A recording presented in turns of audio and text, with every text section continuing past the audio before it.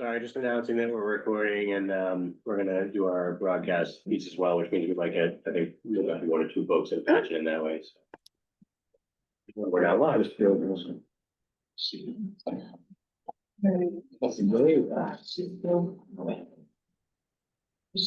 do we have for? So, you know, so I think we have. So Dave and. She just mentioned Holly. I was like. Don't you want that? You and. That's what we have right now. Oh, sorry, so that's just Sarah and myself. Well. All right, let's get started. Do we have any public comments? Doesn't look like we have anybody in the room. No, and just raise your hand, anyone online. If there's any comments. Approval of the September committee meeting minutes. I Oh, sent sorry. those out.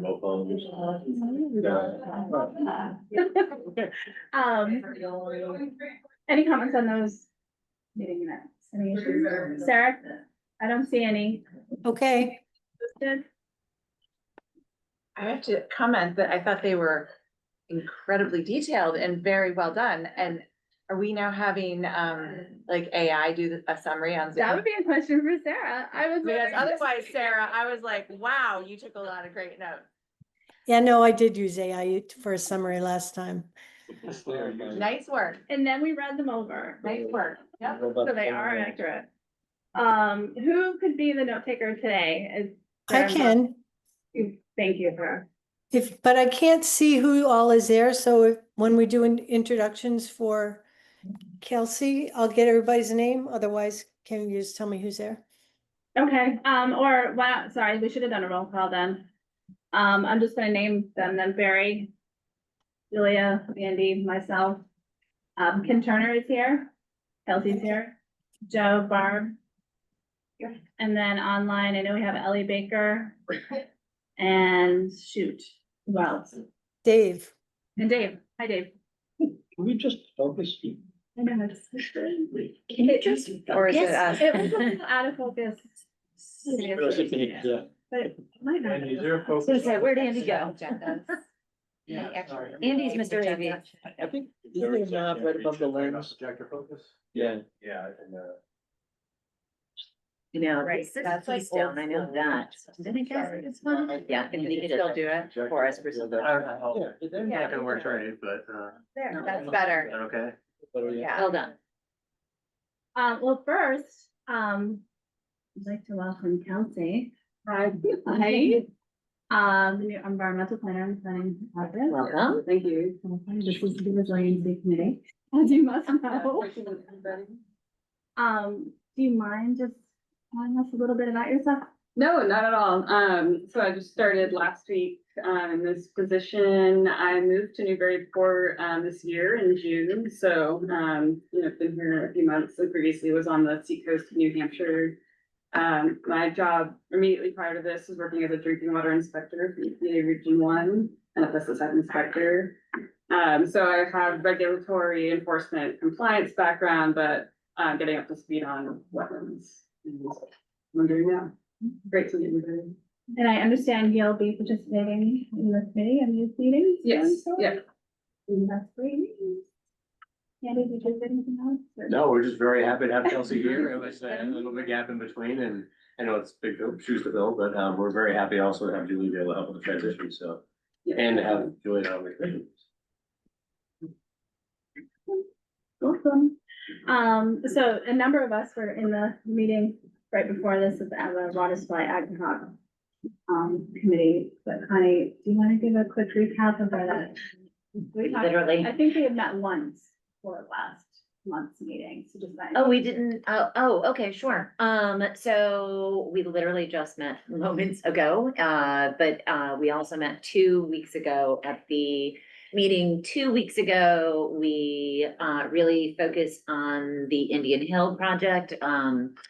We really didn't get to, you know, I don't want to talk about it in the sort of contextual phases. So there's a number of elements that need to be done there. There's the pump station, which is currently funded in the CIP. And so, that is moving forward. But we had sort of a technical discussion about, what that pump is and what's the change would be there. Then there is the element of the dam at the lower Artichoke to protect both the lower and the upper Artichoke from a backwater event, as well as the submerged pipeline from the upper Artichoke to the lower Artichoke. So we really got through those three elements in our first meeting.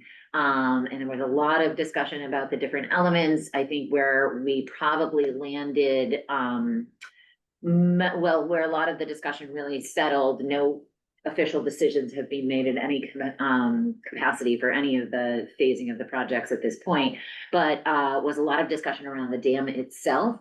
And, essentially a move away from any discussion about building a dam that would also raise the water levels. Not that it wouldn't be a super ideal thing to have raised water levels in the lower Artichoke.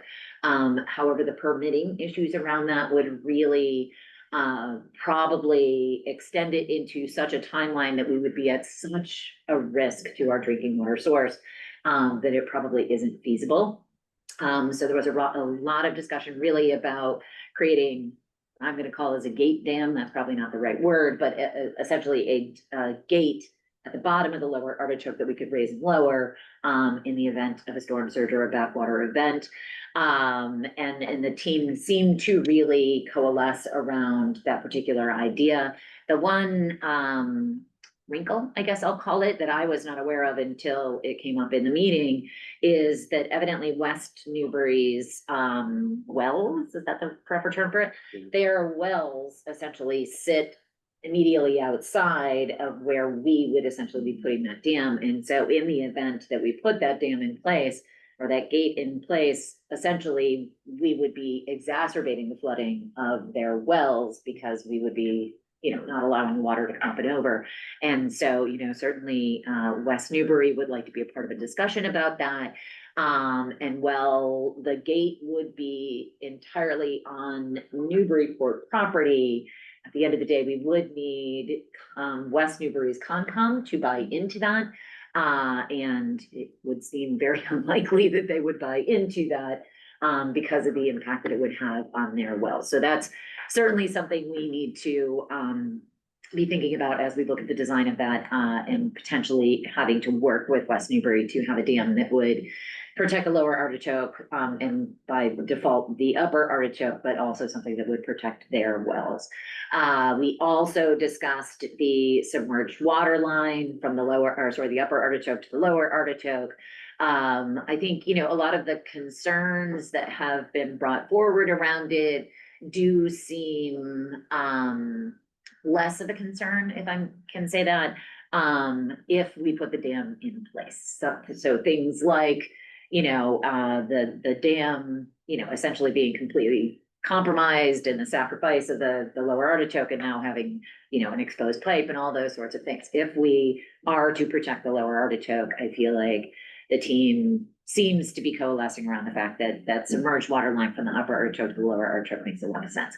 We did not in that particular meeting get to the pipeline from the Indian Hill Reservoir down to the upper Artichoke. So that is something that we still need to discuss. We had hoped that that would bleed over into today's discussion. However, the city engineer is out right now. And so instead we pivoted in today's discussion to really focus on a discussion around the the water treatment plant.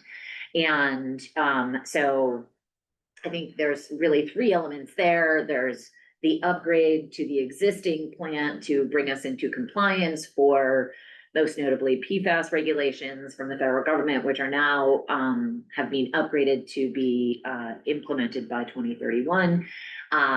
Then there is, which is a change from 2028. So in previous discussions and what is in the CIP is really an upgrade to our existing facility to be able to meet the 2028 regulation.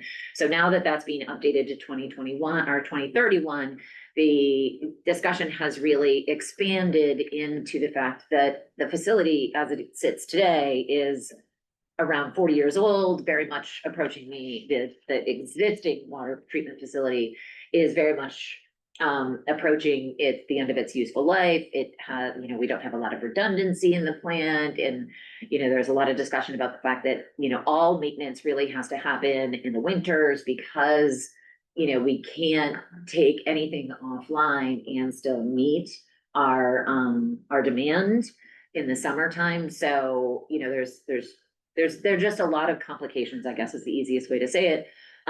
With the existing facility, there's a lot of reasons to look at upgrading that particular facility instead of doing a $23.5 million upgrade to a very old facility. Does it make more sense to essentially build a new facility for about $60-ish million that would incorporate, you know, redundancy, higher capacity, these upgrades for PFAS and all of those issues. So there was a discussion about that. Again, no decisions about prioritization have happened yet, but just a conversation about that. We also had a relatively short conversation about whether or not we would want to consider a reverse osmosis plant. And essentially the pros and cons of that, you know, the pros being that we could ostensibly take water from the Merrimack, which would eliminate the need for all of the reservoirs, Indian Hill, all of those, the other pieces of the puzzle, which are not insignificant costs as well. But the cons to it are that it's a very high energy utilization for reverse osmosis. It produces a lot of byproduct that can be very complicated to get rid of, and it would be even more expensive. So while there are certainly some pros, there are certainly cons that go along with it. So did I miss any elements that we discussed for those of you that are also there? Can I just That ask? was a very good weekend. Yeah, sure. So the other thing with the reverse osmosis, it would be 5 to 10 years in permitting. That's- So a yeah. lot of these other issues would still not be going away while we were waiting to get the permitting, not to mention the design and No. construction of the RO systems. That was another thing. Correct me if I'm wrong, with the dam discussion, now that we've decided not to raise the water level, the conversation came up about the wells in West Newbury to protect, we want to protect those wells as well, but my understanding is that instead of wrapping around the base of the lower artichoke, we could essentially straighten, when we get to the head of the lower artichoke, we could more or less run along 113 in order to also protect the wells in West Newbury, which could be a win for both Newburyport and Newbury, thereby kind of strengthening our ability to negotiate with West Newbury to get a solution that was, you know, Yeah, I think helpful you're right. to community. I want to put one caveat on that. We did not make any decisions because the community does not get to make any Yeah. decisions. But I feel like we're coalescing Yeah, around the that city idea. engineer did mention that, and I know that the town administrator from West Newbury was there and also brought up that item. Yeah, but I would agree. My understanding is that we could essentially, you know, have the dam come further across. We'd still only need the gate where the gate was proposed, Yeah. but that we could build essentially an earthen dam across that would protect their wells. There'd be And that- incurred more costs, but I would imagine West Newbury would And the understand that they would. topography works for that? Does Well, I John remember Eric- I it would being, wish John it Eric was goes here, but through that's. wetlands. And so I guess there's additional permitting doing that, but it also, you know, so there's an issue, but it also shortens our dam, I believe, It so does. construction costs would be Lower.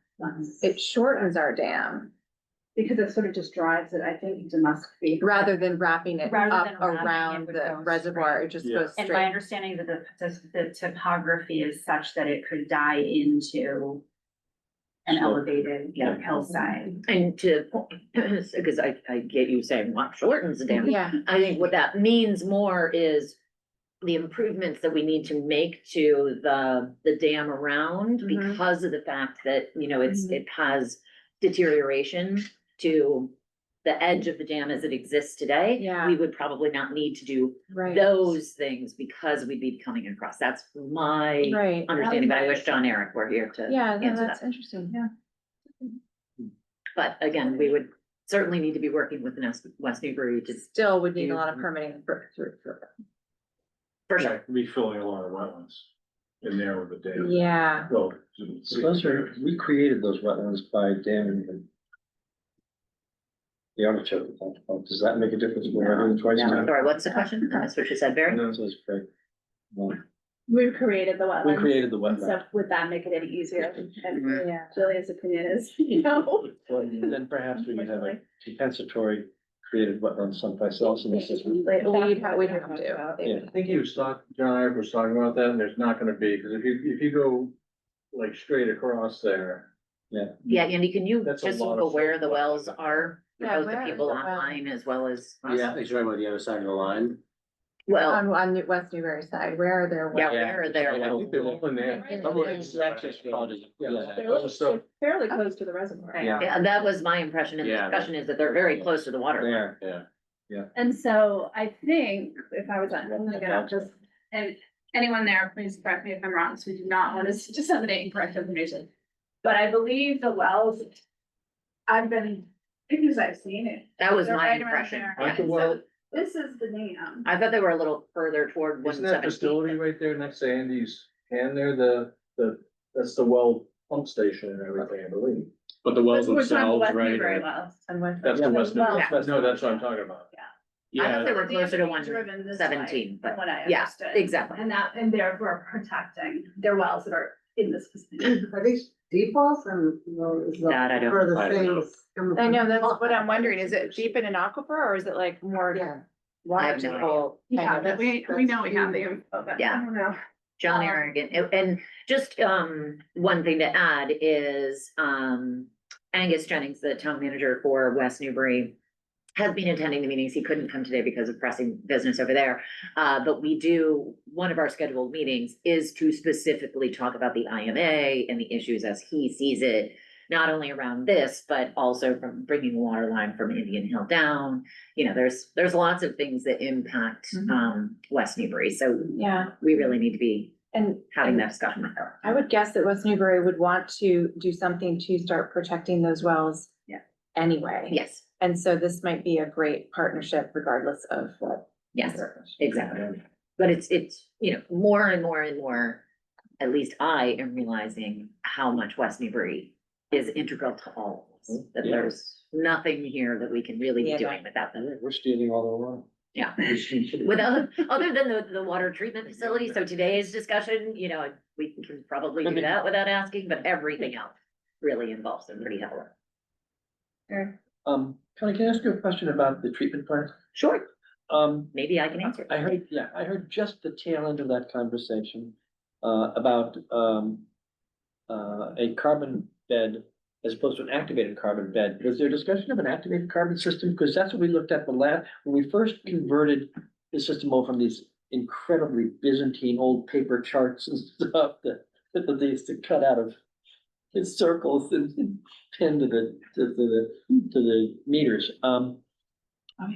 I was of the impression that all the time that we were talking about carbon, we were talking about activated carbon. Yes. No, that's not what he said at the end, though. I just was in on the tail end. That's why. well, I think I remember him mentioning it was very expensive to swap these things out, like hundreds of thousands of dollars if we did Yeah. like a wholesale swap. Yeah, Well, that I was before Barry. that was I think the- you caught a question on why we can't build, or dig deeper Yes. in Yeah, order that's to right. accommodate more sedimentation or something. And that discussion, it might have reflected an older system, I'm not sure, but Okay. everything that we were talking about Was in activated carbon. substance was. Yeah, gonna be and they can activated. rust it, yeah. Yeah, so the upgrade would be activated carbon, a new facility would have activated Right. carbon. The discussion I think you heard, I think James right, is why couldn't we just dig deeper and evidently the boxes, when I say They box, talked I don't about- even know what that means, but the box that we About rusting currently it, use the isn't fluorine deep out.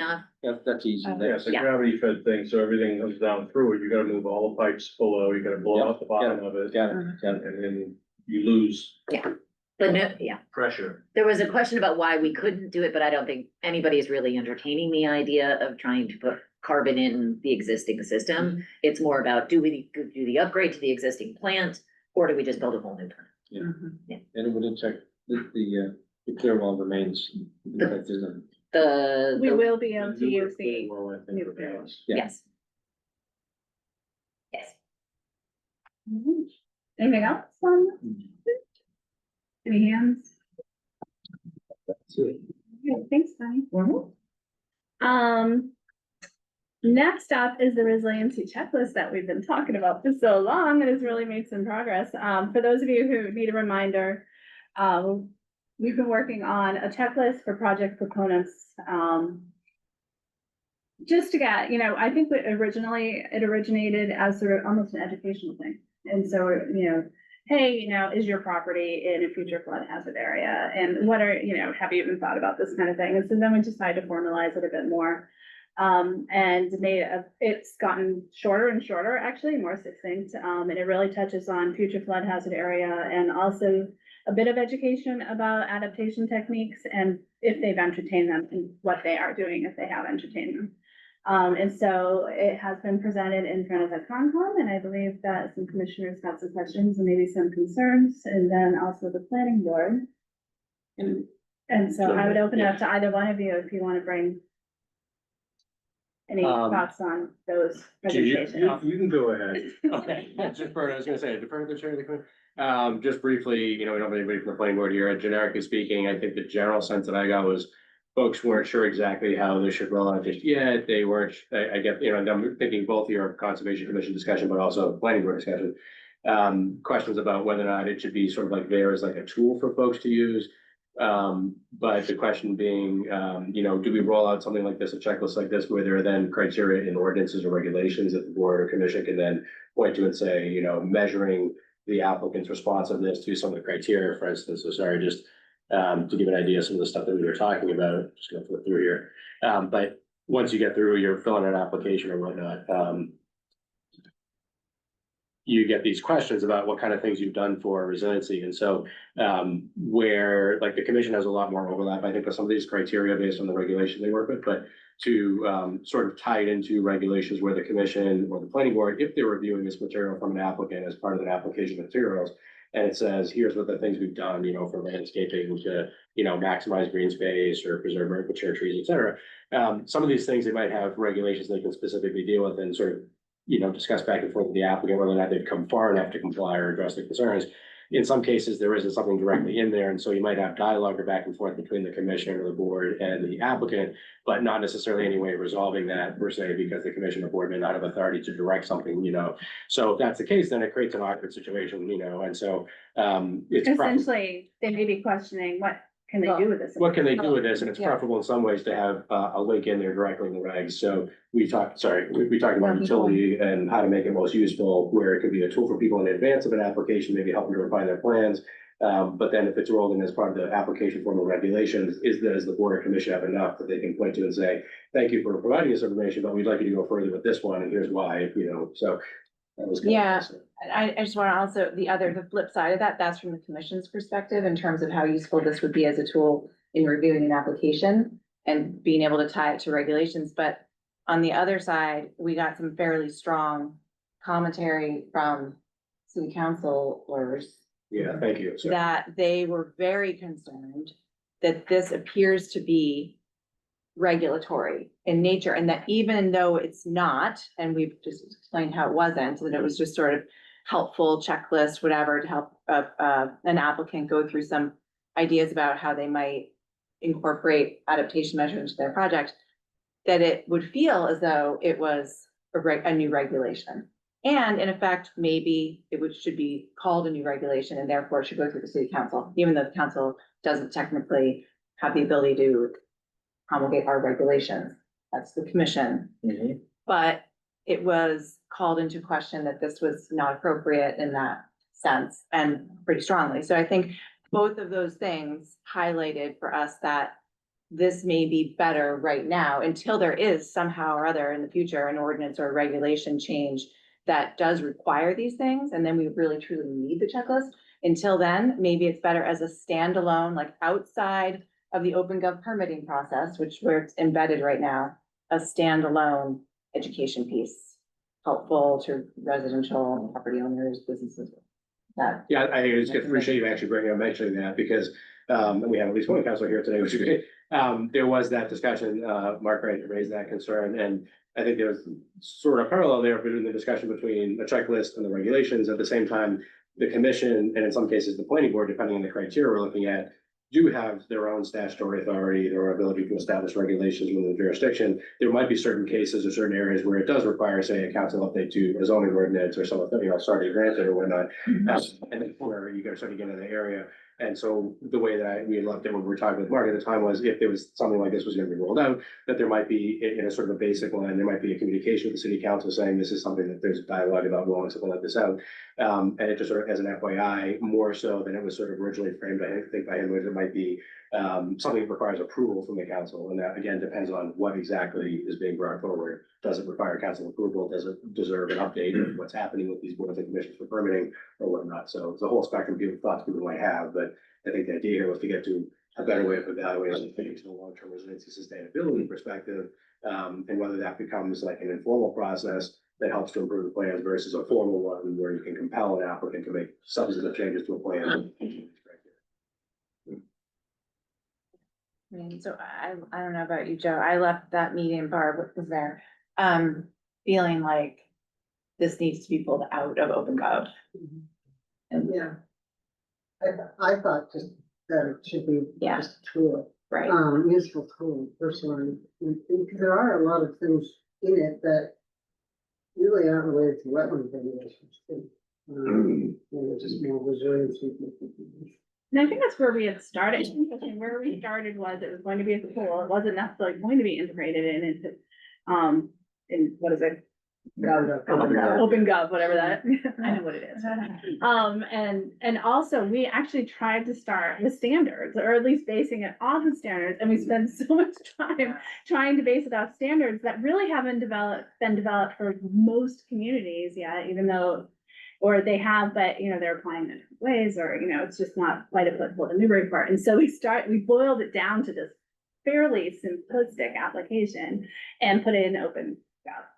And so if we do take it out, which I can kind of understand, because what our commissioners going to do with this exactly, other than open up maybe a can of worms and giving headaches to folks. I would think it's a But good like, how do educational we get folks to use it as an educational tool, and how is it most beneficial and not onerous or just another silly thing, stupid, Well, frustrating thing that they have to do? Just to help the conversation Yeah. along at the office anyway, our perspective, generally speaking, was that we could at least for people applying for the Conservation Commission permits, or they're applying for planning board permits, for instance, that's an obvious place where just on the landing page for a permit application, we try to let people know in advance, they come to our pages and they're looking through the permit process, the regulations, we might have something there, of course, but we might actually write an open up that says, before you file your application, please look at these things, because, these are things that can improve your plan, they might help to get you through the permit process, because the Board of Commissioners concerns will be better addressed when it comes in.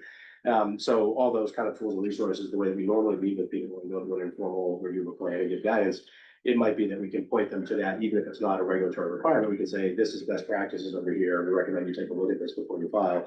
Obviously, the earlier they do that, the better. If they've already prepared plans, they're less likely to want to make tweaks to those before they rush it into the board for, trying to get it in for a second review. It's pretty much where we have started. Yeah.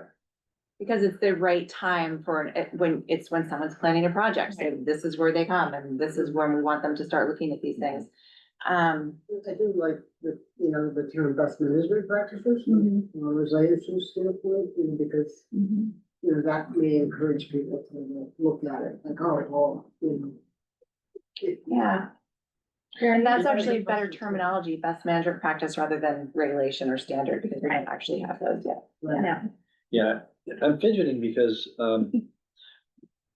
this whole, interest of the council may change in about 3 weeks. Cause we're in the middle of the silly season, so maybe it's advisable to wait till after the November election.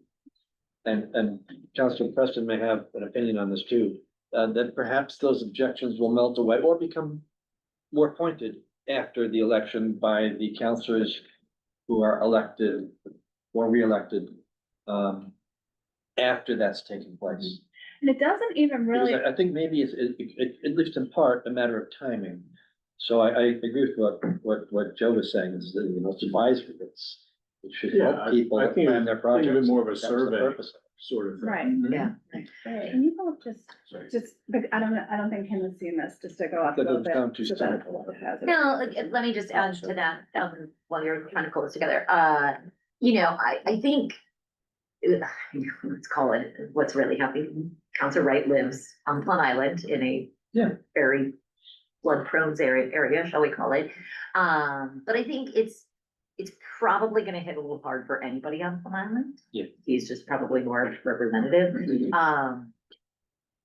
you know, I certainly never thought of this as an issue.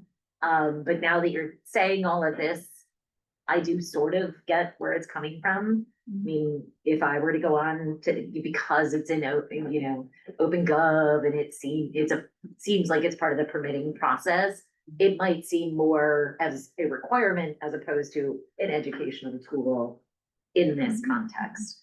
I think because we're all so inside of it, we don't really think about it that way, right? But to the average resident going on, I can see where it sort of would seem like more than educational and suggestion.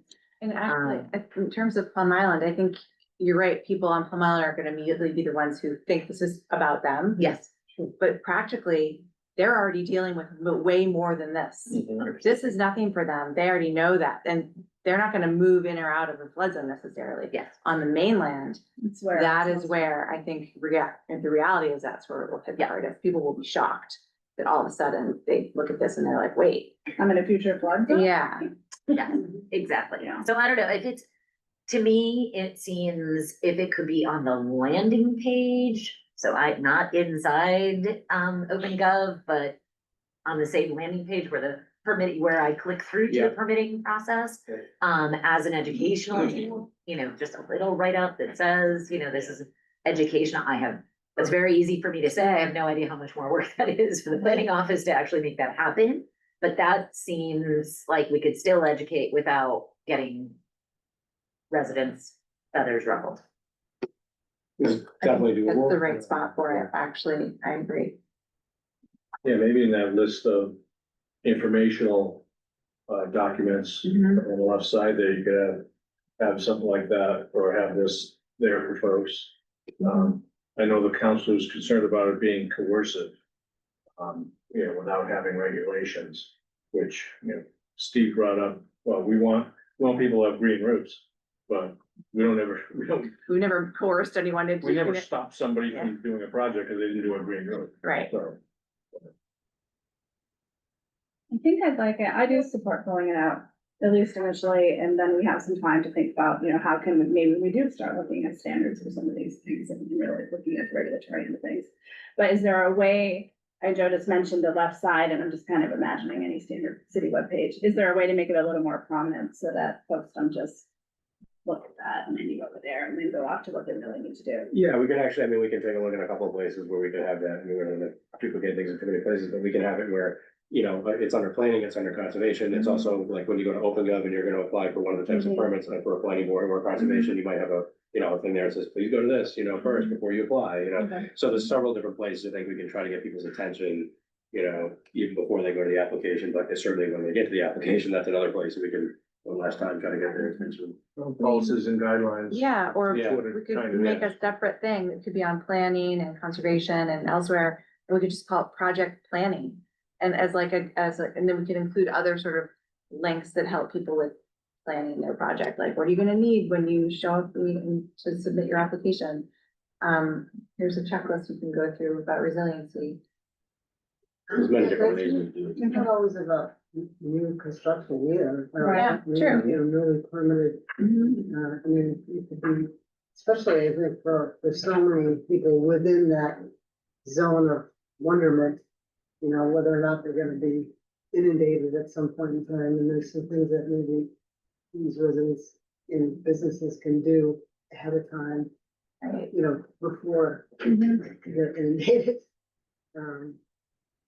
I know, because I sit right in that zone, so, you know, if someone like me would be, you know, I have a house, you know, I'm not going to, you know, ever have a permit for, Yeah. hardscape down or anything like that, you know, so. Be like a how to make your property or project more More resilient or resilient. something. Right. Yeah, protect your investment, right? Yeah. Yes. Yeah. You know, Yeah. Shoot, I had a question. So if we did do that, put it somewhere else on the website, would we still be collecting that information? Or is it just truly a user? I think it's still beneficial to try to get I it, would but I like think to it's, collect it because I'd be interested at least how many people actually opened it. It could be an optional attachment Yes. to an application. Cause if it's not part of an application, there's no need to see it. So, right for us, you know what I mean? I But think I can get very inconsistent, like, Yeah. not, information and, whether somebody completes the whole process and gives us a result that we can compare in a table or like that, but anything's better than nothing, so. Yeah, just as a first step, just to see Yeah. how, if people are even using it. Yeah, And if they are using it, how are they using it? Did they go and bother going to my map and seeing where their property is?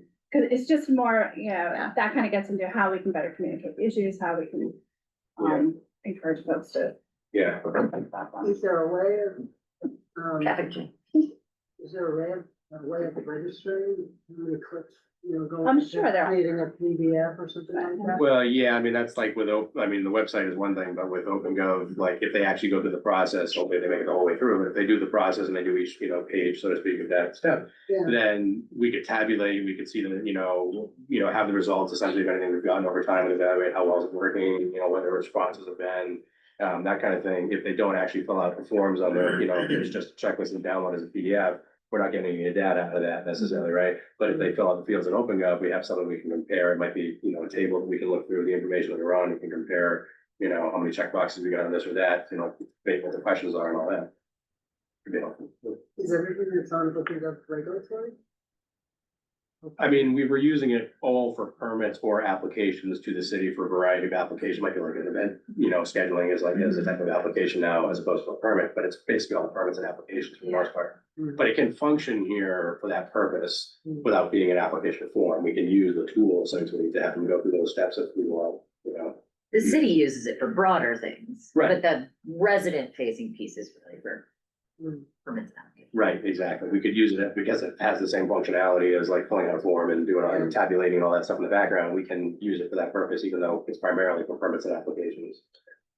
So how about this then, we regroup as a subcommittee, just to make sure the introduction is clear, that, this is it for information, whatever we want. With the We really want to get out of it, yeah. With the Yeah. Sounds like we're treating it that that way. point, Okay. so it doesn't. And then let's just get it up. Yeah, I'd like to, as soon as we can make it live, 6 the months and better. see if we get any clicks, and if we don't, then we're gonna rework it. And maybe eventually it does migrate back into OpenGov if regulations change or Yeah. ordinances change, if we have something that we can move back over, but.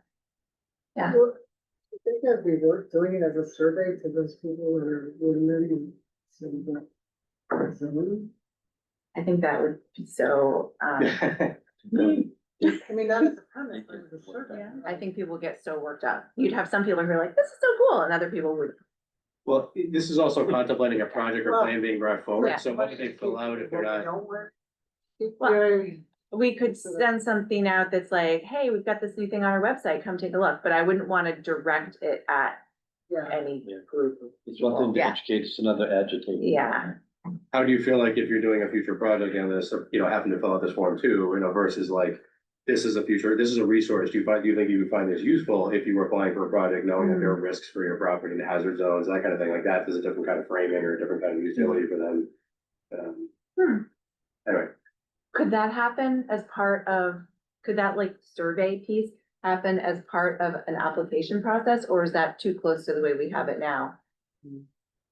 well, that I think was partly what Mark was concerned about, and what Mark was concerned about is a little bit parallel to what I was concerned about in part, which is the fact that there's potentially a disconnect between picture a homeowner who's going through this, right, who doesn't necessarily understand all the terms, has to become familiar with them.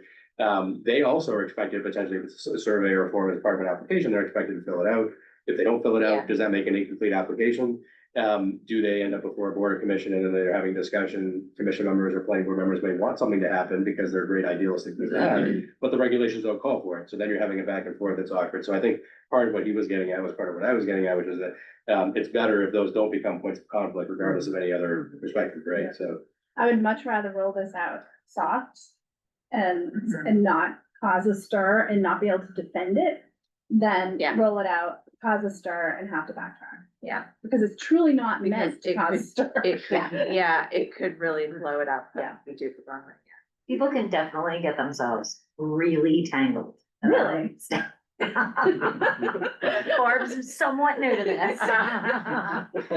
Well, not really. Not anymore. Not anymore. But I mean, imagine, you're going on to get a permit and you're already like, I really need to do X to my property. And then you find this and you're like, well, I don't have that and I don't have that. And oh my God, I'm never gonna get this permit, like. Right. No. And that's not the Probably intent. necessarily It shouldn't be a requirement. Right. You know, as a resident and as. But if it's in Regulations. The same place you go to fill out the permit application, I can see where people. I know. It's so hard though, because at the same time, we really want those people Yeah. to be the ones looking at this, Exactly. whether they freak out about it or not. It's important for them to know they don't have to do anything with it.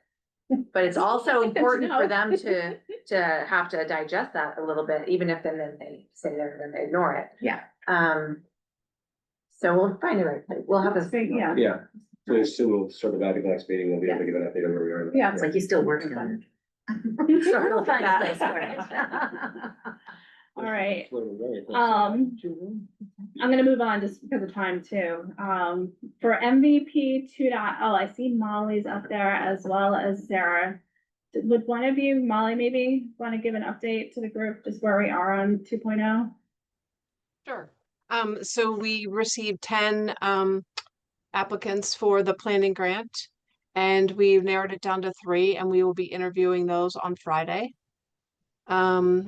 And our core team is city employees. We have health director, fire chief, Kelsey, who else? Sarah Landry and Andy Egmont jumped on as well. Oh, good. And then- yeah, and myself if needed, and Andy if needed. So Peyton, our one of our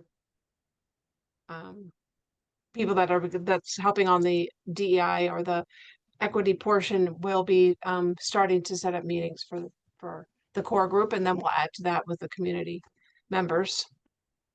And hopefully Kelsey and I can catch up sometime. I know we have a meeting next week, right, with Andy? Andy, is that right?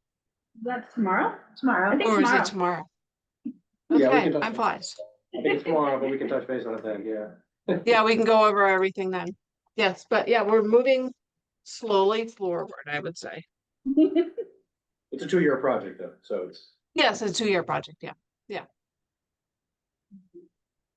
Any That's it. questions on that? Thank you.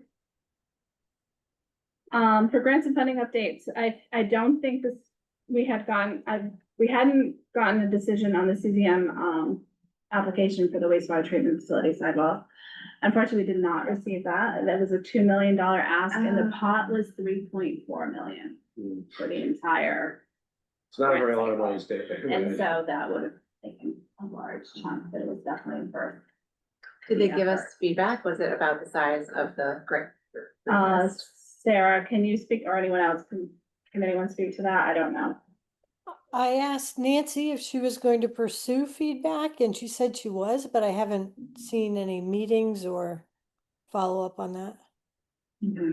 I'm assuming that to some extent, just the fact that it's a hardened structure as opposed to a natural, like coastline, for instance, is one criteria that might have that effect. But you know, they carved out hardscape. Yeah, I don't think so, Andy. 'Cause I know. I think 3.4 million and we asked for 2 is probably That's probably the biggest the one. biggest one. Yeah. we need to find out because it feeds into the question of whether we're gonna reapply for it next year and how do we modify the grant. Yeah. We need to find out. I do too. All right, thanks, Sarah. And then, our MVP application for the Cashman Park feasibility study, we did not get. We did have Molly, Sarah, and I, Nancy and Andy, were all on a call getting feedback for that. And, with Michelle Rowden, and she said she fought for it. It was one of her, she really, really liked it. It was really, really close. But she gave us some good feedback on how to, change it up for this year. If we wanted to apply, she encouraged us to reapply for it. I think, and Sarah, everyone, correct me if I'm wrong, but one of the things that, and I thought it was kind of ironic, that they wanted to see is having not only letters of support, but also letters of, I can't remember what she called it, but basically commitments from other groups within the city, partners that want to work with us on this project. And I thought it was funny because it sounded an awful lot like what we did. Well, you just did. For the. Right. Well, MVP, where Yeah, we but had our- that was their Um, point. I think that was the point. They yeah. wanted us to tie it to the previous MVP grant. They Well, wanted yeah, to see us using those learnings in the next one and right. But I think that they were applying that to everyone. And so I'm wondering, I'm like, oh, did we get dinged on something that we started, whatever. Yeah, right. Who knows? But, it was really good feedback. It was very, very competitive. Again, it was a smaller pot of money with a lot of asks, and she encouraged us to reapply with that and some other feedback. Can I ask a question just about, because it's grants and funding, even though it's not on the list? So we had a lot of conversation in the last meeting about the boardwalk, which was great. Mhm. But I thought I read in the paper the other day that we got some Seacoast grant for that. Applied, okay, so we don't, You're talking about we're talking about the boardwalk here. The Oh, Seacoast sorry. Economic Oh, sorry, yeah, Grant, yeah, gotcha. we've applied for it. How much? Forget the dollar I amount. think it was, there's a requirement of like a 20% match, so it was I think we used a conservative number of 2 million less than 20% match.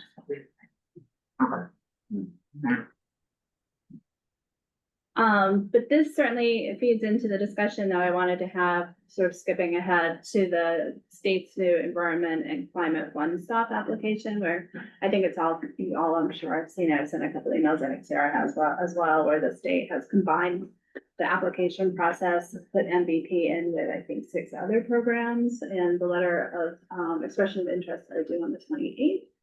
And so that would include, if we decided to reapply for the Cashman feasibility study, that could go in there. We have an opportunity to get feedback from 3 other projects. I sent the group a list that Sarah had come up with that, we've all touched on in the past. But it's, the 28th is coming up. So I We're gonna make a think decision. we gotta make a decision on that. And so, I'd like to make sure we have time to talk about that if folks are able and want to, so happy just to open that up. And Sarah, if you wanna, briefly describe what you were thinking, not to put you on the spot once again, feel free, or we can just open it up to discussion. well, so the 2 that we applied for in FY '26 that we didn't get are both eligible to be reapplied for. So wastewater treatment facility sidewalls and the Cashman Park feasibility study. And then the other ones that I just picked out of minutes that we've talked about in the past include a broader resiliency feasibility study for the downtown waterfront area. Kind of expanding on the Cashman Park effort. So if we're going with the Cashman Park, I don't know that we'd want to try that one too.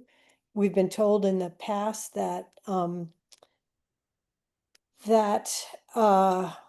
we'd need clear letters of support from property owners and support from businesses and associations if we were going to do that application. So we don't need that for the letter, for the expression of interest, but it's a bigger project and a harder application.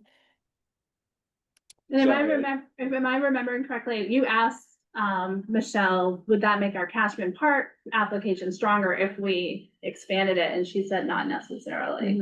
Correct. I was just gonna say, I also think things on one side of the bridge are very different perhaps than on the other. We're talking about public land versus lots of private Right. land as well. Much more complicated, much more in terms of like even just getting everybody on the same page for a project, getting a letter of support, I don't see that that's realistic or the best focus of our efforts and context here. I would rather focus on something I think is more likely and viable to, and out an effective way. And just to me, that's more complicated to take on. You're really talking about getting everybody in the private sector to all agree together on how things might be resolved here. And that's a much bigger thing than talking about something, for instance, a little more straightforward, like a specific city property along the coast, that Cashman Park, just for example. So. I agree with that, Andy, and I remember we had a conversation with Michelle about this bigger project when we were first talking with her about Cashman. Yeah. And she did think that it was a great concept, and I think we all agree it's a great concept, but I think we're a little early for it, and in some ways, and you're right, it is such a more complicated, bigger project. We have to put that application together with all that detail really fast, where we have Cashman ready to go, and we've already gotten positive feedback about reapplying. So I would stick with those two, and then add a third if we have any, Those two priority. being, being those sidewalls and the, Okay. and Cashman, and then whatever else. Is there a water supply, anything else at the top? Yeah, exactly. Like, The we other should- two, High priority. We could use the money for it, for Yeah. sure. two others that we talked about in previous meetings. But it just What goes, were worth clarifying, right, with these grant programs before, right? So is, in this case, are they, because some of these, they're looking for public participation as the primary goal of the grant cycle or program versus like getting to design plans for construction and so forth, where we might try to get to some specific result. It partly depends on the criteria that they're reviewing things for, what they're ranking it for, what their priority is.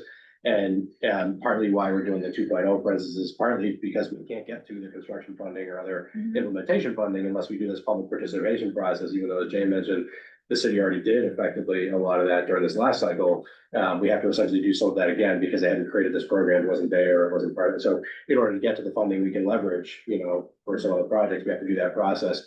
It's still beneficial, Yeah, and it's just this is just an initial feedback process, right? Right. I mean, this is just to throw 3 things at them and Yeah. hear what they say. Wouldn't the ad count as public process? The water group itself, I mean? The dam project. And the education. Oh, no, I agree. What I mean is like, could the monies or I don't forget, I apologize, I don't know off the top of my head, but for this particular cycle or grant, is it actually monies that we could use to advance that effectively? Or is it just to have more participation, which isn't necessarily more, might be more helpful to us to get to something where it's the It specific. depends on what Depends on what we're. grant they would say that it belongs under Right. and what they fund, which is, I think that, which is why this process is so great, because it gives us the opportunity yes. to feel that all out Instead of before we have to guessing, move like. forward.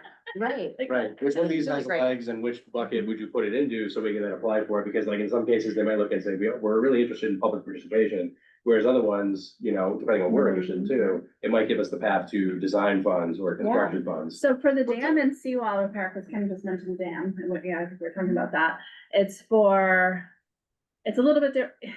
I'm not quite clear on it, but funding for repair and removal of these structures, dams, provides critical support to communities as they build resilience to climate change. So they're actually looking for dams that are like in Ipswich, I believe, do we want to remove this dam because it's causing some, or if there's Picturing an inverse ecological situation. benefits Yeah. to removing the dam, where we're talking about critical. They might have to, we're still New talking grant about for resilience. putting up But with we're it, thinking- because in the Is future. it worth, I think it might be worth throwing together, we have the information, just We have doing the an information. extraction. Plus somewhere, We should ask them. It's It's completely worth putting in the related. mix, right? So Yeah. that's our third one. we just recently, I can't remember the context now, but there was all this discussion about applying for grants in conjunction with other communities. Right. So West Newbury West would be Newbury. right there with us on the dam, right? Yeah. So. Good point. So why don't we circle back to Nancy London and this is the third one? I think so. talked to Nancy about Sorry? this earlier today, Right. to try to give her. Yeah. Say, hey, could we look into Yeah. I'll Okay. circle back with her. As, And then cash. Should anyone Newbury talk in arguably detail? as well, they Right, get I was water gonna from say, us, and right? yeah, Kristen's not on the call today, but. has the city talked with Angus in any detail about possibly of a joint application? Oh, we Not don't, this we specific. just started these That's what conversations, we're really, talking about. at least from the ad hoc's perspective, we've just sort of, Maybe that's. The sooner Mhm. I can't imagine Angus that would be discussion engaged in takes it though. place, Why wouldn't they want to be a probably part of Yeah, that? I can't better instead imagine of he would. having us have gone halfway down the road and say, hey, and by the way, this involves you, so. Yeah. Mhm. Yes, I do think we need to be thoughtful about the fact that, Angus seems very anxious to me, about getting an IMA in place, right? And Yeah. so Mhm. I would imagine he's going to use this as leverage with the IMA as well, but we need to do the IMA anyways, so. I have a question online, Ellie, I think you have speaking privileges, you can go ahead. Hi there, thank you. I also just wanted to mention there is also another grant called the Drought Resiliency and Water Efficiency Grant that was just issued or announced by EEA. And it's new, but it might be of interest for some of this work. Can you say the name again, drought and? It's called the Drought Resiliency and Water Efficiency Grant. Thank Um, you. EEA. That's amazing. Do you know what kind of funding level they've got? It's pretty big. Here, I'll figure out a little bit more while I'm talking to you, but they just posted it recently, and I think it's for either, you can apply either for planning or construction. So, please hold. I'll get a little bit more info. No pressure. Thank you for bringing it forward. We can look it up. Yeah, yeah. You'll circulate. Yeah, yeah, I'll catch up with you. Thanks for Thanks, Kim. Bye, thank you. Solve our big range project. Just to be fair, just to cover the other one, Sarah had taken from our previous minutes, we had talked about coastal monitoring of Plum Island study. That was that LiDAR-based monitoring that we had talked about a while ago. I'm not voting, I'm not saying I should or shouldn't, I'm just bringing it up. And also cooling corridors grant, for tree planting and looking at the neighborhoods. Can you explain a little bit about the island monitoring?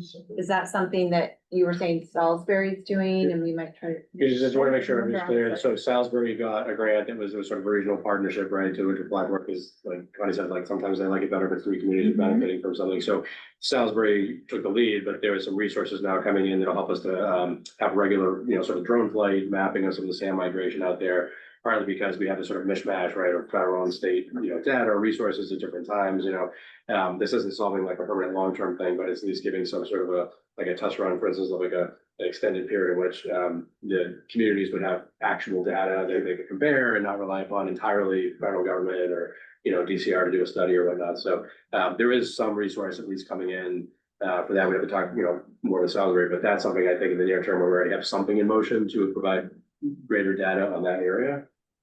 But that's, it's sort of like the same area we're trying to get to. If it seems like maybe that's small money, essentially data It's relatively collection and storage of that information so that when and if we need it, it would be there in an Right. organized way. Right. Which is not something we've never had. It would be great.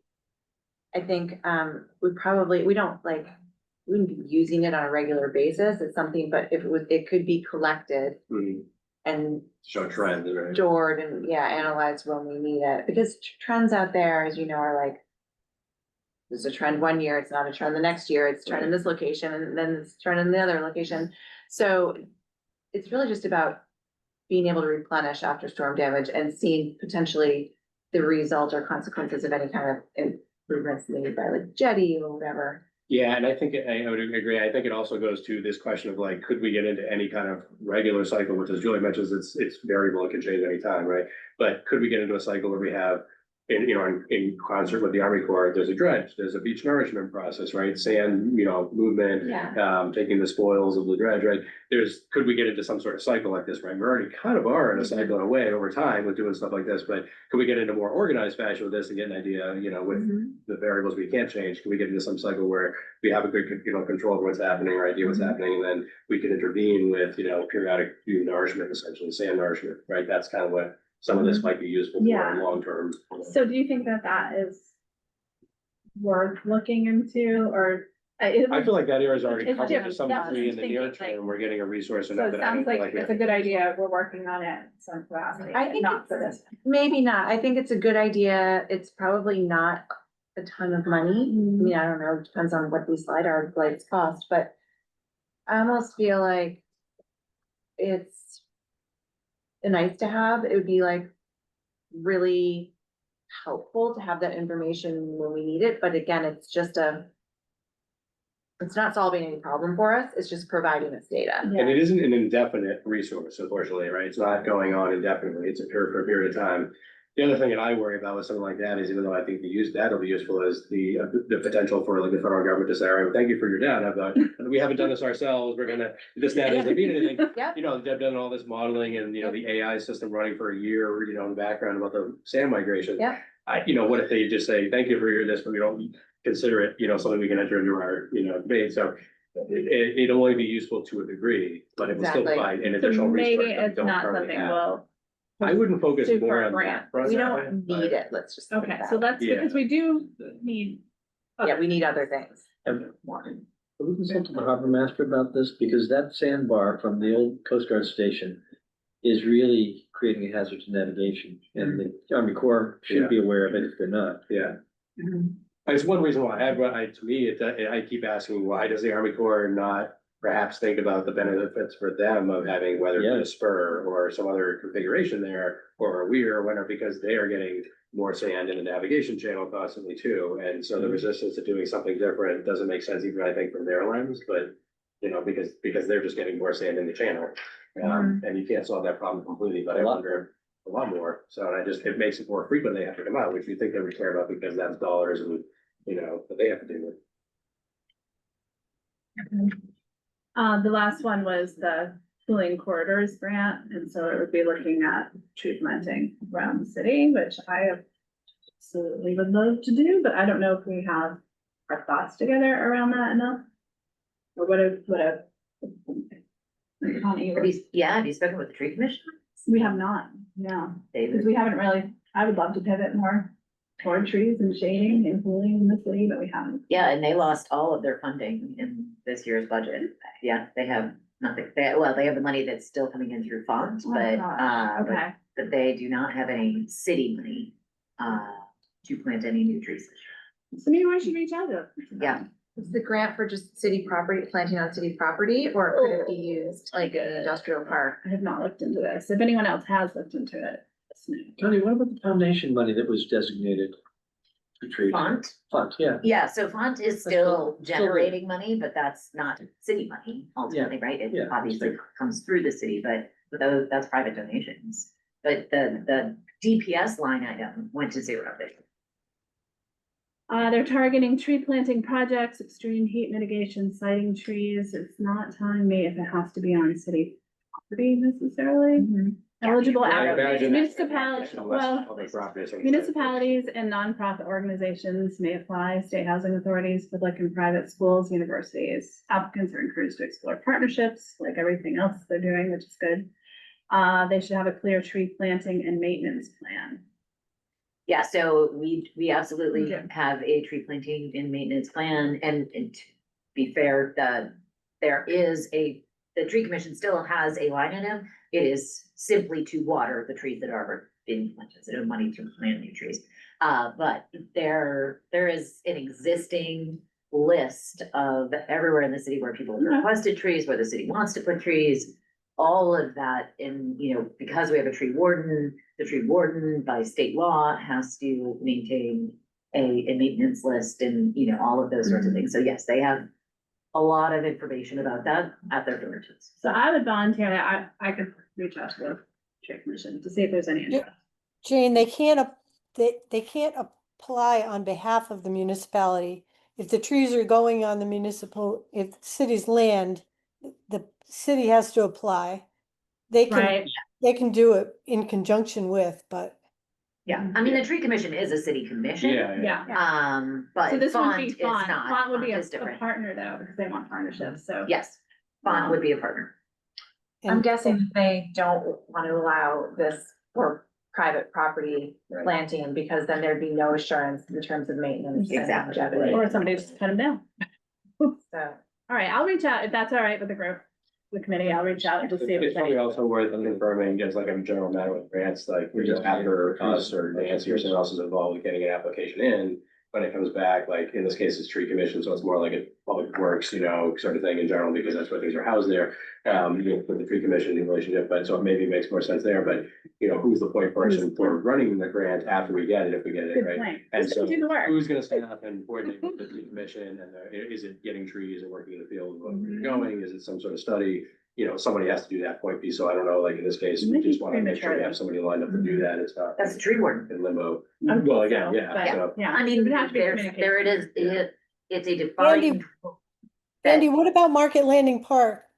There were initially more trees planned that were not funded. Oh, Is yeah. there something easy that can be pulled out there? I mean, I certainly think it's a great location and I'd be an advocate for it, but you're talking about on the east side, sort of the parking lot there, Mike Hennessey's in charge of some trees in there. Because they were essentially dropped based on the budget limitations, they were dropped from the final plan there near the parking area. So the landscape improvements with the east block weren't done initially here. But we thought over time we could still add the tree row there and that landing strip. So that's, I think, gonna happen very well once it's going. But so there's like three trees there, I think now. And so it's only a handful of trees, so to speak, that would go in there, but that's certainly a concrete improvement. I would be in favor of that, but I wouldn't want to diminish any other possibility that might be larger citywide, you know? Yeah, I mean, So- at the end of the day, so that would be Parks Commission. Tree Commission is really city property, not Parks Commission.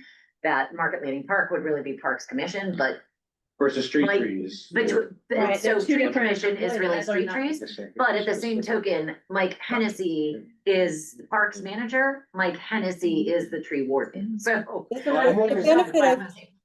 benefit, I think, of Market Landing Park is that, Go ahead, Sarah.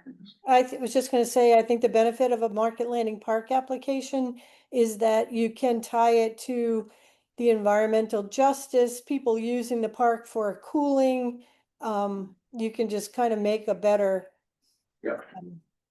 a better case than generic shade trees all over the city. Yeah, If I we think did so. shade But trees in the environmental justice zones or something like that, then you'd have a the better. question is really the order of magnitude and what we get out of it. Like that could be a subset of what we're applying for, because if we get something bigger for the entire city, and that's only a small piece, we're gonna, you know, great. If that's the only thing we can get, then we go for just that. And so then, yeah, it would be Parks Department, Tree Commission, Right. City Resiliency Committee, and then Fonds and for Parks Alliance. include Yeah, but if you Concom. talk with Mike Hennessy, he's Should I gonna be reach able out to. to Mike Yeah. or the tree commissioner, like the chair? I mean, Mike is the tree warden. So, should I- I don't even know, Steph Pellegrini was the chair I of the don't tree know. commission, I think she's leaving. I would ask Mike, Okay, I'll Mike start can with direct you in the right direction, but just on the environmental justice standpoint, so first of all, I think shade trees anywhere in the city are benefiting all of us from a cooling perspective, right? But I also, it's sort of a long story, we got a grant, from a business in the, industrial park that had done some illegal stuff. And they wanted to get the maximum credit for it, so we specifically planted trees in environmental justice areas, which is really, like the low-income housing part, you know, Kelleher Park and something terrace, Horton Terrace, you know, all of those sorts of things as well. I mean, they certainly could benefit from even more trees, so there's a way to, you know, very directly, tie in environmental justice as well. Yeah, all right, I'll reach out to Mike. And even if this is planting a seed for next year, it's worth it. Yeah, yeah. Oh, Mike yeah, Hennessy let's would see if, answer a lot of questions. All right, cool. Okay, so I just want to make sure we're interested in applying for, you know, for expression of interest. The treatment, wastewater treatment plant. The dam with West Newbury and Newbury possibly, Cashman Park. Cashman Park, and I'm reaching out to Mike Hennessy, the Tree Commission. And so a feedback that Michelle gave us is, yes, you can send in for expressions of interest. That means your feedback's gonna be diluted because they're only gonna spend the same amount of time. And so I would like to reach out to her when we do this and say, well, we've already gotten feedback on Cashman, so don't spend any time on that, so that they just spend the time on the 2 or 3 that we haven't gotten feedback on. I assume that they'll do that. Although I- Cashman one again? Is that filling Cashman?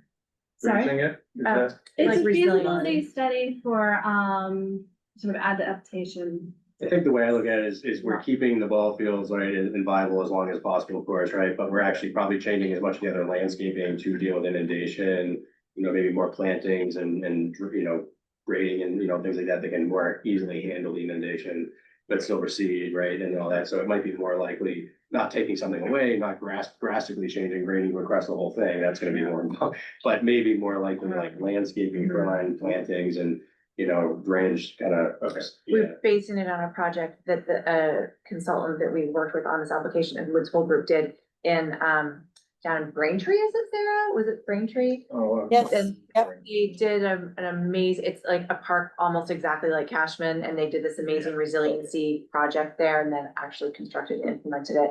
So we saw that as a model for what we could potentially look at Cashman, and that's essentially the grant application. And what MVP really liked was, Yeah, actually. the adaptation Yeah. phasing, so that it was flexible adaptation plans, so, you know, looking from the next 10 years, 20 years, 40 years, Yeah. and what we can do, so it's not a static plan, and that was definitely a bonus.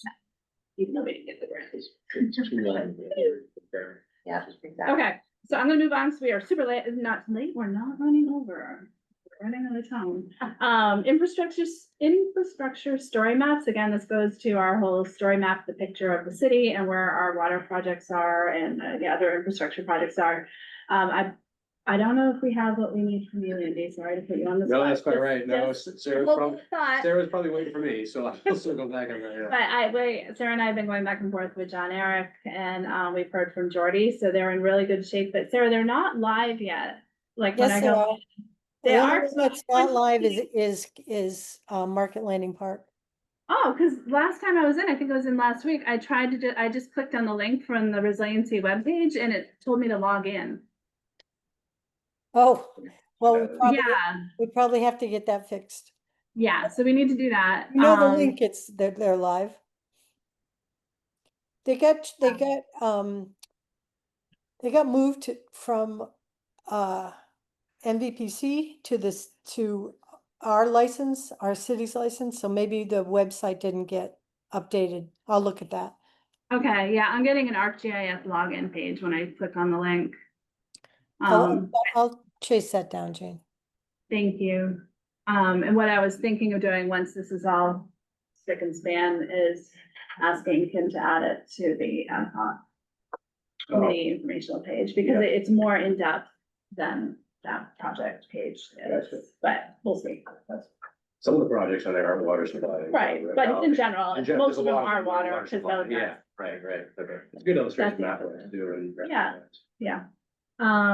Sarah, do you want to give a quick recap of the insure? Yeah, sure. So do folks remember in June that Julia had spoken with Neil Duffy in Salem about a pilot program that they had funded by a couple of grants? When they were working with this company called Insure, and then subsequently John Eric and I went to a conference that Insure put on. And then after that, Insure came and gave a storm surge talk on climate related impacts to the insurance industry as a whole. They received a grant in this last FY 26 MVP round to do a similar grant with Plymouth to do a flood audit program for the business district and on the Plymouth waterfront. So there's now two programs, the one in Salem and the one in Plymouth. And I just think we ought to keep an eye on them and see if there's something that we can learn from those or build on for a grant for us in the future. So it's just kind of an FYI, they got a second grant. The one in Salem, their update was that they haven't gotten too far along with it. They're still trying to figure out what the resiliency audit would look like. So it hasn't progressed much since June when you talked to Neil, Julia. Yeah, I was just gonna ask you if they had said they thought they might have an update on how this tool was being implemented, their pilots sort of tested the tool by this fall. Right. But maybe not, maybe they are not ready yet. When they gave the talk last month, I asked about it and they were still in the design phase. Yeah. So not too much progress, but hopefully that something will come out of that. And now this second grant that they've gotten. So they have expressed interest in doing something with Newburyport. I just think we've got a lot on our plate right now with MVP 2.0 and these other grants, and there's enough we can learn from Salem and Plymouth that we could maybe be in the next round when they. Yeah, I'd like to see how this comes out for them. This is really like a brand new thing that they're testing out. So let Salem be the guinea pig and we have enough there on our plate. let them do the work. already. Yeah. All right, well, Sarah, you're pretty tied into those emails, so just, I assume that you'll just keep tabs on it and. report back. Okay. Yep. Thank you. And last quick question, I don't know, sorry, Julia and Joe, have there been And has there been anything on the urban park project for this year received? I haven't heard from Steve or anyone else yet. I don't, Oh, is that the thing at the senior center? well, Yeah. reworking it, but yeah. Yeah, exactly. Yeah, The CPC cycle is coming up. That got so smacked no- down. Okay, Long time if ago. we say, well, we have kind of We- kept it alive and he definitely wanted to, and you know, just, No, I mean, there hasn't. there hasn't been, so. unless you know a place you can put them. No, I don't right now. There's a lot on. No, I'd like to just pick up the little design that Kim did and just plunk it down somewhere else in the city. Well, it's something we can revive at some point, Yeah, but right now, it's absolutely. tabled. The CPC won't be getting it. I hate to sort of further this, but I mean, there was discussion about putting it on the other side of the senior center where the rose Yeah. bushes Yeah, are now. and That that's didn't- not eligible Yeah. for CPC.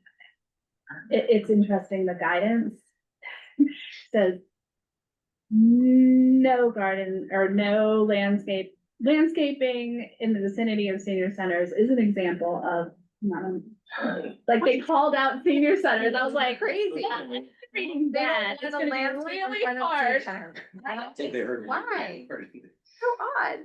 That is super odd. I can't remember, it's been a while, but I just chuckled when I read that, I was like, It makes me see reference. There's only a reason, we just don't. I know know, it. it seems black and white. it went awry, and so, yeah, I mean, that kind of project, and it has to be a Love to know landscape where project, it that cannot be is. a garden. Can go other places, certain places, but in they, for CPA sort of calls out that it should be connected to a parks property over something else, so that's the guidance that's come out of it. I'd have to look, and this is a different hat, Yeah. but yeah, senior center.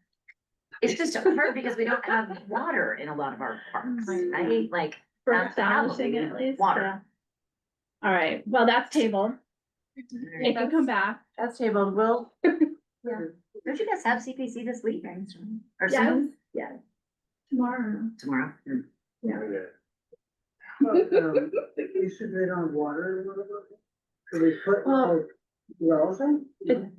Intermittent wells instead of. I think it's the expense of putting water, I mean, we could run from water lines in Well, lots of it's places good. too, but Our- Grant money go to. our. it's also about we don't really wanna put it in an active use park. We wanna put it in an area that's just a vacant green lawn that nobody uses. Yeah. And there aren't very many of those that aren't used as playing fields or dog parks or whatever. So that's why this Especially location ones that is have so water. perfect. Yeah. So if you To me, do it's a green demonstration, bit yeah, that nobody for wants what to use, other then people also could do add on their water, let us know. Well, let's keep it in the back of our minds, because I think it's definitely. Yeah, exactly. All right, well, that's it for agenda. Does anyone have anything else they want? So how do we move forward on those expression of interest that are due in 2 weeks? That's a wicked good question. Good question, Sarah. I don't know, meet with Nancy. I assume we're just. Where's Nancy? when we need her? Yeah, it's less than 2 weeks. I think we just follow up after this meeting with Yeah. Nancy. Yeah. Who's going to do that? I'll check in with, she might be circling back with us as a group, depending on some of the input she's looking for the grant. I'm meeting with her tomorrow, hopefully about one, a lot of the things, so I can, Okay, I mean, right before our oh, the meeting. letter, yeah, yeah. if you don't Yeah, mind just That would be asking. great.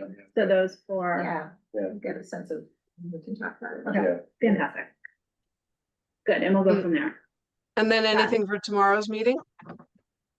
With Kelsey? So Kelsey? Yeah. Do we need to talk about now or no? No, I Kelsey's don't think here. Yeah, we have a meeting tomorrow at 1, so, but I don't think we need to talk about anything right now. Our next meeting here will be the November 5th, 19th, right? Is that? we're good with Yeah, that? November 19th, hybrid, 3 p.m. Here. I was just gonna make a suggestion. I know like, historically, this meeting has started like, 3 and has sometimes gone longer. And I just, and partly to be fair to my own staff as well. Preferably, if it's possible, like an end at 4, and that way folks don't, include my own staff, don't have to assume that they're here after 4 per se, and I don't have a problem myself, because I'm here for meeting all the time.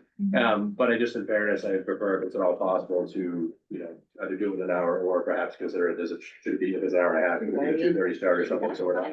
Just so that we're not like creating unnecessarily, I think that's more than fair. I don't know where we started with 3 to 4:30. I would have a hard time figuring out how to get everything in at a monthly meeting in an hour. Great. I Understand, really understand. would. Doing my best. Struggle every Yeah. meeting to get in even I mean, before yeah. 4:30. Yeah, I mean, so, DPS thought event to- point is 3 p.m., so it would be even nicer for them. And yeah. selfishly, Yeah, if that's- I'm able to stay on the resiliency committee in the new year, I always have to leave early to go Right. to my volunteer No, event, so that's fine with. Eat the pigs. Would Eat the pigs. 2:30 to 4 work for, I got somebody to cover. for those online? Sarah, 2:30 to 4 instead of, 3 to 4:30. okay. Yeah, that's fine with me. We'll just change it? What was it, two to? If that doesn't create issues. for That's other very people, good. that's your preference. You know, that would cause an issue with wanting to. One. And then You the ad hoc has to die with this council, and they'll hopefully pick up a new one, and they'll just have to find another council. Yeah, but I'm just thinking, maybe it's even 2 because the meetings are scheduled. Because it would only Yeah, be that's a November- good, only November that's a good 15th. question. Yeah, Connie, will the ad hoc continue? Now, it has to die with this council. If nothing else, 3 of the members are not going to be on council next year, but all business has to die with each council unless it is particularly brought over. Right. But I would be shocked if there's not interest in the next council of picking up a new ad hoc. To take a real hard look at things, because there's only so much we're gonna be able to do. Our last council meeting is December 8th. So Right. our ability to, sort of wrap everything up and solve all the world's issues between now and December 8th are pretty limited, right? So at the very least, we can sort of look at things holistically, make prioritization recommendations, but what I don't think we're gonna be able to do is talk about, the actual timing, sort of, let's call it each quarter of each year, what should happen and all those sorts of things. And more importantly, how to fund these things and how the funding would work out. So, I would strongly argue that there will be a need for an ad hoc in the new year, but hopefully we'll be able to get a lot of the heavy lift done with the ad hoc in this council. Or this iteration of the ad hoc, I guess we should say it. But myself, Counselor McCauley and Counselor Donahue are all, without question, not going to be on the council next year, and we're all on the ad hoc. Yeah, So that would only leave Counselor Cameron and Counselor Khan as, if they were to be reelected, which I think is very likely, but if they were to be reelected, they'd be the only 2 of the 5 members that would be able to continue on. So. we'll is it see. worthwhile getting someone else interested at this point? I think- that I've talked to almost all the candidates and they're all expressing. Yeah, I mean- In the sub. Just today, no, let's call her counselor. Mary Delai was online today, Stephanie Nikitich and Sarah Hall were in the room.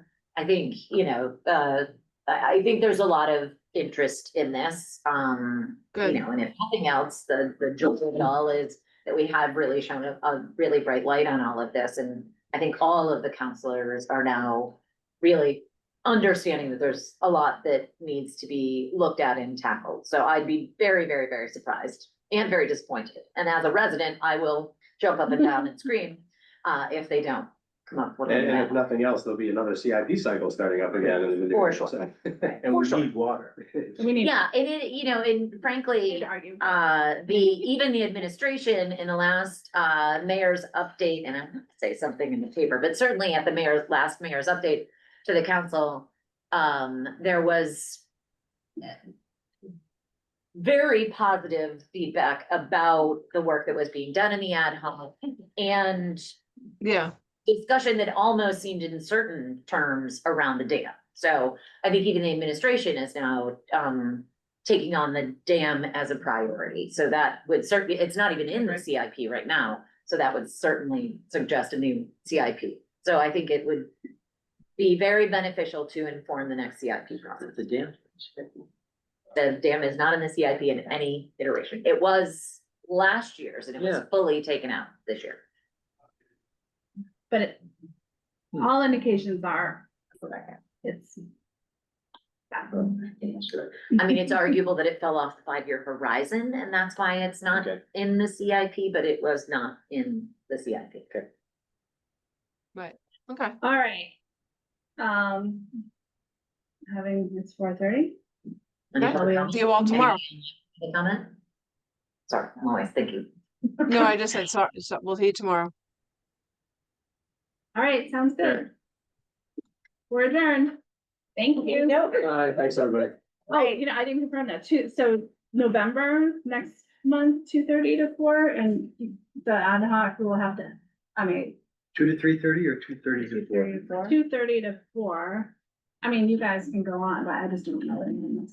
Oh, sorry, we would be in the room when you're, oh, okay. It's not so much this room, It's it's for that the, half an hour. We could go Yeah, I next mean, week. Joe, Jane, yourself, who else is on resiliency? But, well, and myself, obviously, would the ad hoc runs till 3? Yeah, why don't we just try to adjust for the following meeting then or something? I just want to avoid like a recurring basis. Brought it up, Yeah. because I don't have any idea what Yeah. you're working on.